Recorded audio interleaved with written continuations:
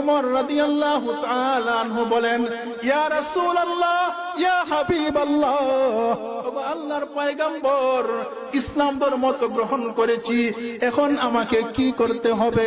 আল্লাহ নবী বলেন, উমর, তুমি এখন আযানের সময় হয়ে গিয়েছে, আমরা এখন নামাজ পড়ব, তুমি উযু করে আসো।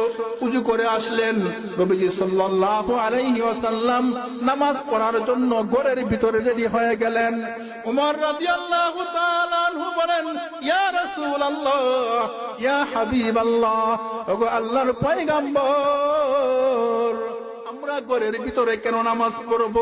বাইতুল্লাহ কি আল্লাহর ঘর না? হ্যাঁ, আল্লাহর ঘর। তাহলে আল্লাহর ঘরের সামনে আমরা কেন নামাজ পড়ব না? কাফিররা তো আল্লাহর ঘরে ইবাদত বন্দেগী করে, আমরা কেন আল্লাহর ঘরে ইবাদত বন্দেগী করব না? রক্ত গরম। আল্লাহ নবী বলেন, উমর, থামো থামো থামো, আমরা এখনো পরিপূর্ণ শক্তিশালী হয় নাই। উমর রাদিয়াল্লাহু তাআলা আনহু বলেন, ওগো আল্লাহর রাসূল, যে আল্লাহর উপর ঈমান এনেছি, সেই আল্লাহর ঘরের সামনে নামাজ পড়তে যদি কেউ বাধা দেয়, তার কল্লাটা আমি উমরের তরবারি দিয়ে পৃথক করে ফেলবো।